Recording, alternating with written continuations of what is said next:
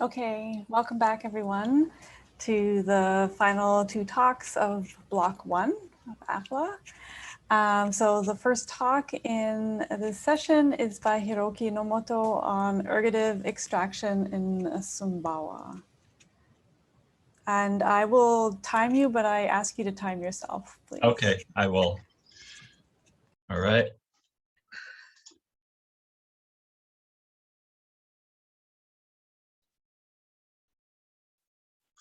So ergative extraction is generally disallowed in Western Austronesian languages.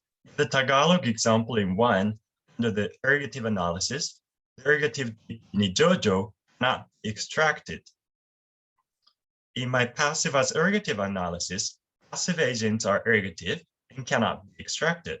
This holds true in Malay for both morphological B passive as in 2, and also passives, as in 3. Kaufman 2017 points out 2 exceptions to this widespread restriction on ergative extraction, namely Sumbawa and Hilaries. Both are Indonesian languages. This study shows that Sumbawa is in fact not an exception by providing an alternative analysis of his Sumbawa data. Here is the outline of my talk. First, I will very briefly introduce the Sumbawa language and the construction in question. Then we will see Kaufman's analysis of that construction. In the next section, we propose an alternative analysis whereby Kaufman's ergative plus case agreement is analyzed as passive plus clitic doubling. This topicalization of ergative is analyzed as passive, active. Finally, I will discuss 3 implications of this study. First, my analysis of the Sumbawa construction in question supports critic doubling analysis of passives. Second, Sumbawa provides another instance of covert active-passive alternation. Third, this study offers a new view of the Sumbawa voice system, which suggests the diachronic change into the canonical Indonesian voice system as follows. So initially, languages in Nusantara had 2 voices, namely Bay passive or Bay patient voice in the terminology of Philippine linguistics, and antipassive encoded by a nasal affix. Later, Bay active emerged from Bay passive, as I propose for Sumbawa in this study. Morphological passive developed from Bay passives, as many historical linguists argue. Morphological active with a nasal prefix developed from Bay active as well as antipassive. Sumbawa is spoken in the western part of Sumbawa Island, Indonesia. The dialect I discuss in this study is the Sumbawa Besar dialect, as described by my colleague Asako Shiohara. This is the construction that we are interested in. Aku inom kawanan ling aku. I drank the coffee. Kaufman analyzed this construction as shown in 5. He analyzed lin as an ergative case marker. Who on the verb was analyzed as agreement marker agreeing with the ergative PP. Assuming this analysis, Kaufman claims that the ergative argument is extracted in 6 and 7. 6 is relativization, while 7 is topicalization. Now, I will present my alternative analysis. I argue that Shiohara's original view is more plausible. Her analysis is shown in 4. Shiohara's analysis differs from Kaufman's in 2 respects. First, the person marker on the verb is not ergative agreement, but the verb's argument clitic. Second, lin is not an ergative case marker, but an agentive preposition meaning by. Hence, the lin phrase is not the verb's argument DP, but an adjunct DP. I argued that clitic doubling is involved here. That is, lin PP doubles the pronominal clitic argument PP on the verb. Johara's basic construction is in fact passive because it shows properties of the passives. The patient is the subject, the verb occurs in its bare stem form, agent occurs adjacent to the verb. Note that bare passives are transitive clauses. I don't assume that passives are intransitives. Also, I do not assume that passives can only exist together with a corresponding active construction. The sentence we've been looking at has an underlying structure like this. The agent receives an inherent ergative case from passive little v. The agentive link phrase is an adjunct PP doubling the cliticized agent. Clitic doubling is famous in Romance languages. An example from Spanish is given in 8. Clitic doubling in passives differ from doubling in Romance in that it involves external arguments rather than internal arguments. According to Anagnostopoulou, clitic doubling exhibits these properties. Among these, the property shared by all clitic doubling languages is optionality. The clitic doubling I claim for Sumbawa is indeed optional. In 9, we have both clitic and its double. But a clitic doesn't always occur, as in 10. Also, a clitic isn't always doubled, as shown in 11. Clitic doubling in bare passives is also found in other Indonesian languages such as Wisma in 12 and Balinese in 13. Turning back to the ergative extraction constructions discussed by Kaufman, they don't involve ergative extraction in the proposed analysis. Now, I will point out 3 problems of Kaufman's case agreement analysis. First, Kaufman rejects Johara's analysis of Lin as pi and instead regards it as an ergative case marker because it seems obligatory on external arguments of transitive verbs. However, the preposition in passive agentive PPs is also obligatory, as is the case with English by and Malay Indonesian ole. If the person marking on the verb is agreement, the putative ergative agreement is optional. In both 14a and 14b, the agent introduced by Lin is third person.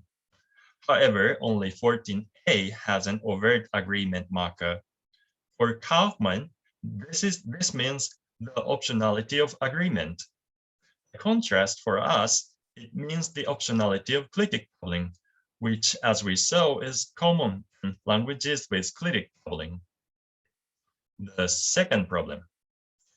When the agent occurs preverbally, the putative ergative case marker Lin is disallowed, as shown in 15. This is a perplexing puzzle in Kaufman's analysis. Sarko Johara suggested to me the possibility that topicalization causes the loss of the preposition Lin.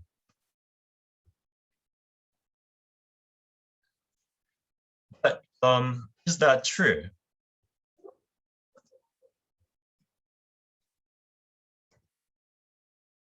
The answer seems negative. The example from Japanese in 17 indicates that agentive prepositions and topicalization are actually compatible. So I claim that the fronted Lin PP results from clitic left dislocation, but Sumbawa doesn't have it. Some languages have both clitic doubling and clitic left dislocation, while others only have the latter. Spanish has both, whereas Italian only has clitic left dislocation. Sumbawa is the reverse of Italian. It has clitic doubling but lacks clitic left dislocation. Now, what is the grammatical counterpart without lin in 20? I argue that Sumbawa has developed an English-type active voice construction with an SVO word order. The preverbal agent is a DP with an unmarked case. There's no lin deletion or silent T involved. The person marking on the verb is subject agreement, which evolved from clitics. Crucially, the third person agreement is 0 and doesn't retain the original clitic sound. Their actives in Sumbawa and Malay Indonesian differ in an interesting way. According to Shibatani, Sumbawa bare passives, bare active, disallows object extraction, as shown in 22. Hence, it is more like morphological active in Malay Indonesian, which disallows object extraction. Bare active in Malay Indonesian allows object extraction. The third problem, the putative third singular ergative agreement is ungrammatical when the agent occurs preverbally, as shown in 23, and in intransitive clauses, as shown in 24. These facts also remain puzzling in Kaufman's analysis, but falls out naturally in our analysis. In both sentences, the agreement is subject agreement. Remember that third person singular agreement must be 0. Subject agreement in a canonical intransitive sentence is this. Antipassive sentences also show subject agreement. Again, third person singular must be 0, as shown by the contrast between 26B and C. Sumbawa has indefinite theme incorporation, as shown in 27. Here, the agent cannot take lin, unlike bare passives. It received the nominative case, otherwise assigned to the theme. Unlike indefinite theme, definite themes cannot incorporate it, as shown in 28. Hence, the agent cannot be a subject when the theme is definite. I claim that active voice is thought to have emerged to fill this gap. To conclude, what Kaufman regards as ergative extraction is actually subject extraction from their active clauses. There's no ergative extraction in Sumbawa. Lastly, I will discuss 3 implications of the analysis presented so far. First, my analysis of the basic construction in Sumbawa as passive plus clitic coupling lends further support to clitic coupling analysis of passives alongside other languages such as Balinese, Bisma, and Classical Malay.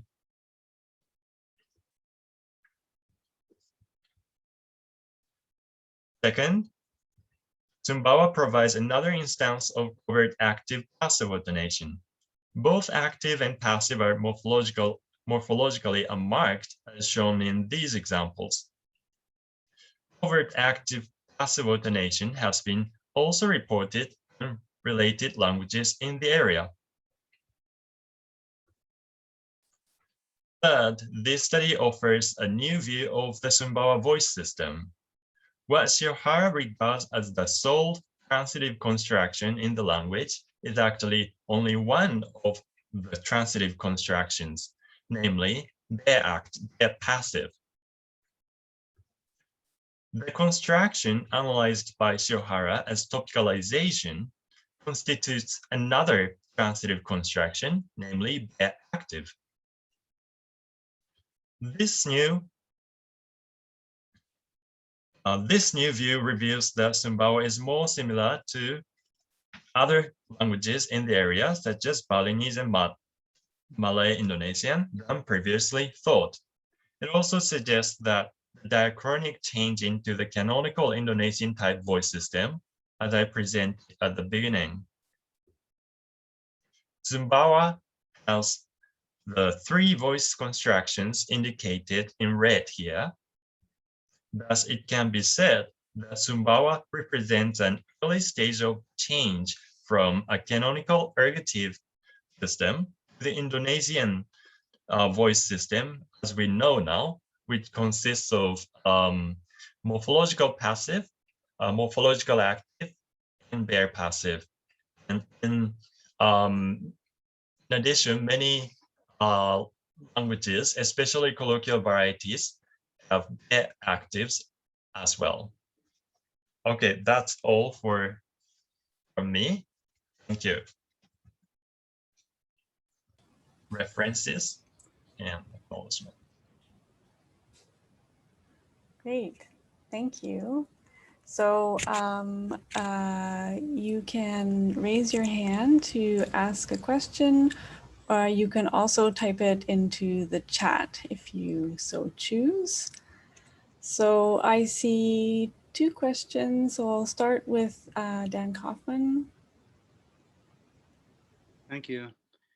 Thank you for giving my paper such a careful reading. You may have been the only one to reach that section, so I appreciate it. But to be clear, I didn't really offer a full analysis at all of Sumbawa. Really, I was just bringing it up as an example of a language that I thought had ergative extraction, and which I still do, because I mean, what you're proposing, I think, so we know that there are languages that allow ergative extraction, Salaiarese and others, and non-Austronesian languages. But what you're proposing looks to me like a language that has no other, I mean, it's a unique type, because a definite patient requires what you call a passive, and there is no active voice in a plain main clause. And you don't expect, you don't really explain that, but I think more problematically, you didn't show any real passive features for what you're calling a passive clause. Just the fact that you can omit the agent isn't really evidence for being a passive. So, you know, I think you really want to look at the kind of things that Lawler and Dury and Legate looked at for Achinese, which also has a similar, you know, tricky construction that was famously argued over. But unlike Achinese, I mean, Achinese has a plain object voice as opposed to the passive, and I don't think that Sumbawa does. So that's my first question. I'll leave it at that. Yeah, thank you for your questions.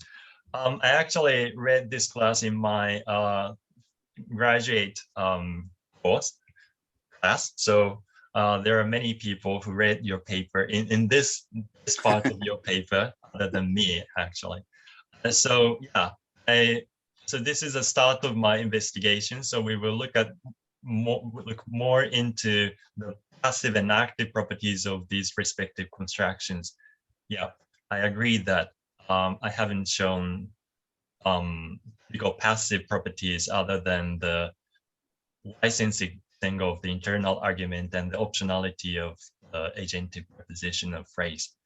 I haven't looked at any subject properties of the patient. Yeah, I will examine those things in the future. Thank you.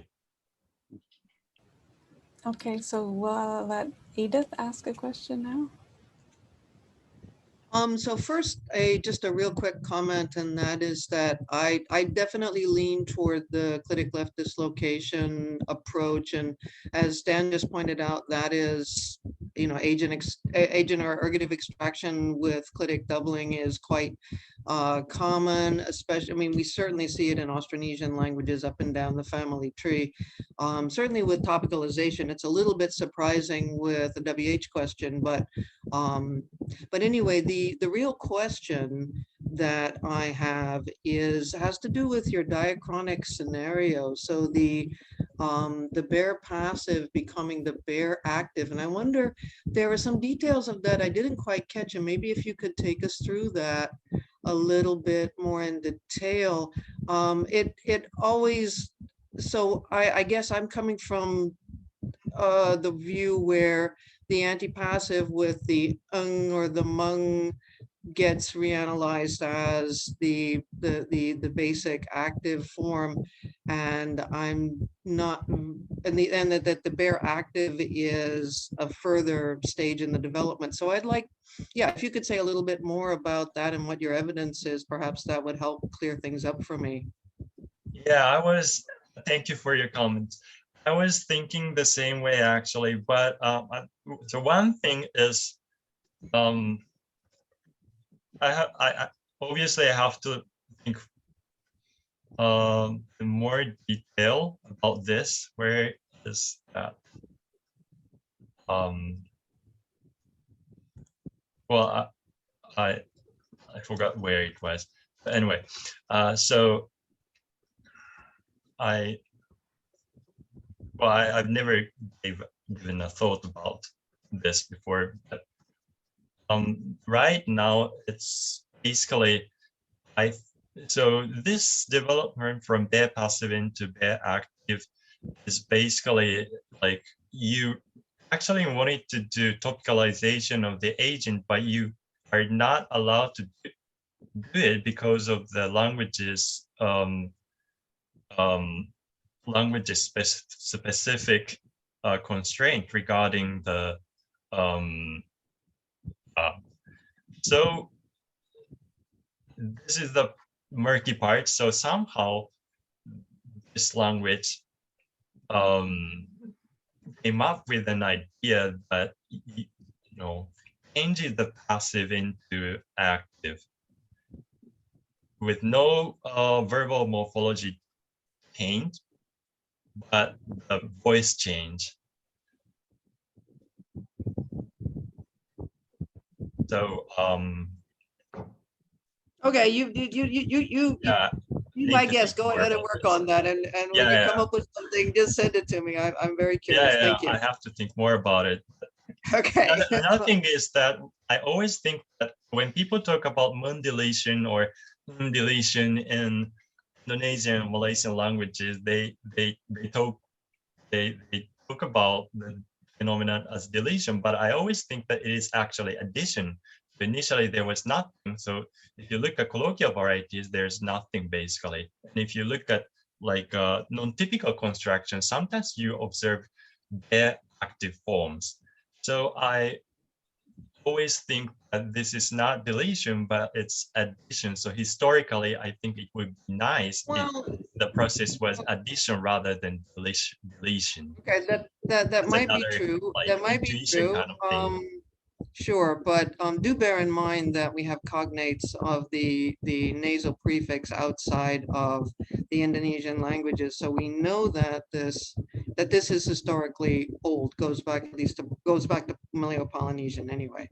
So I mean, it's been there. So all right, thank you. Yeah, thank you. Great. Okay, I think Dan Brodkin has a question.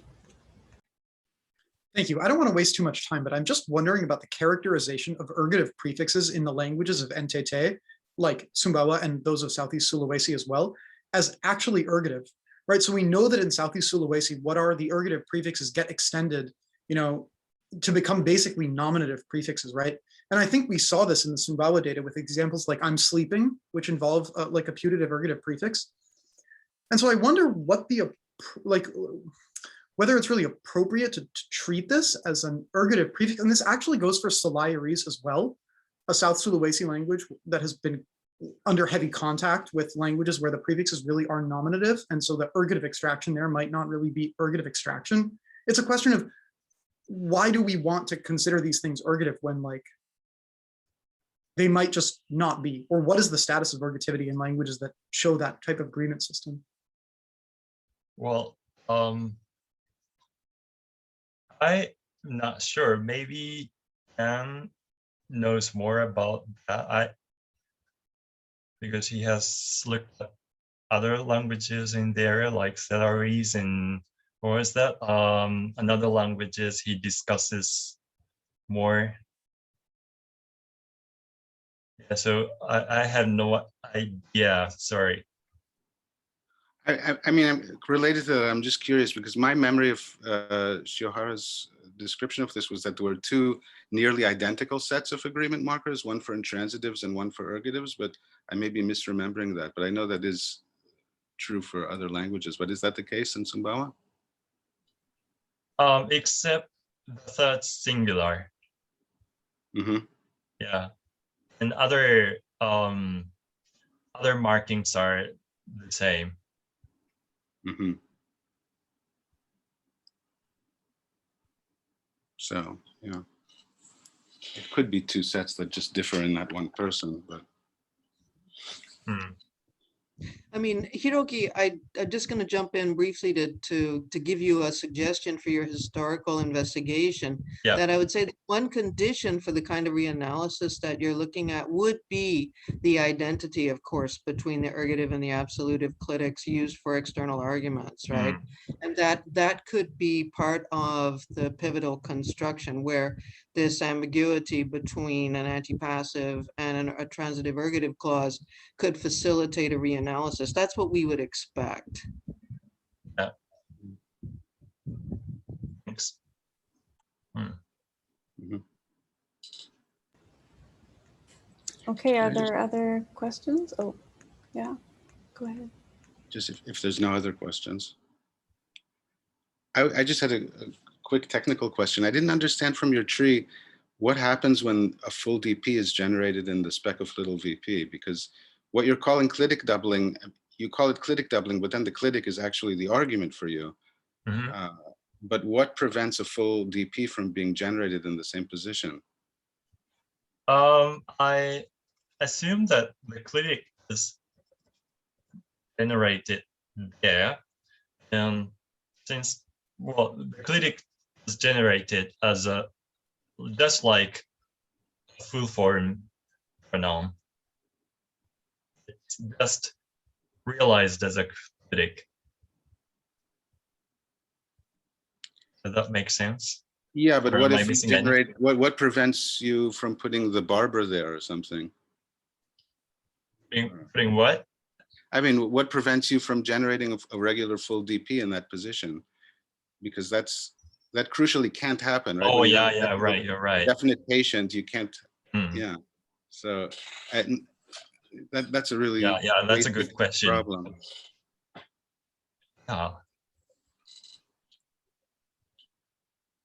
One, so is it? Yeah, so yeah, you're right.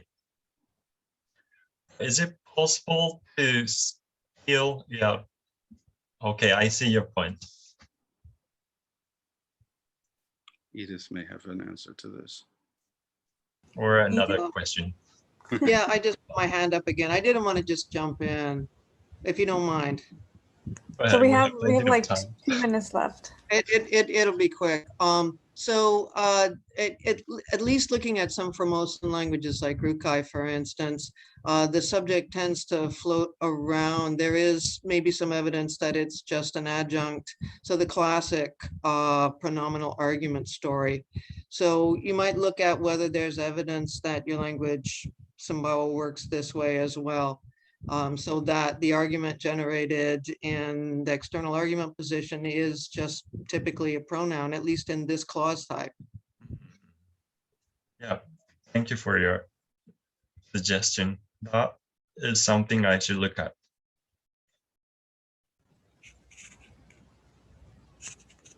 Okay, great. Thank you, everyone, for all the extended discussion. That was fascinating. And thank you, Hiroki, if you want to stop screen sharing now. So we'll move on to the last talk of this block. Tyler Lemon, nominative agreement below TAM and negation in Uabmeto. Hopefully I got that right. Close you enough. You can share your screen. Yeah.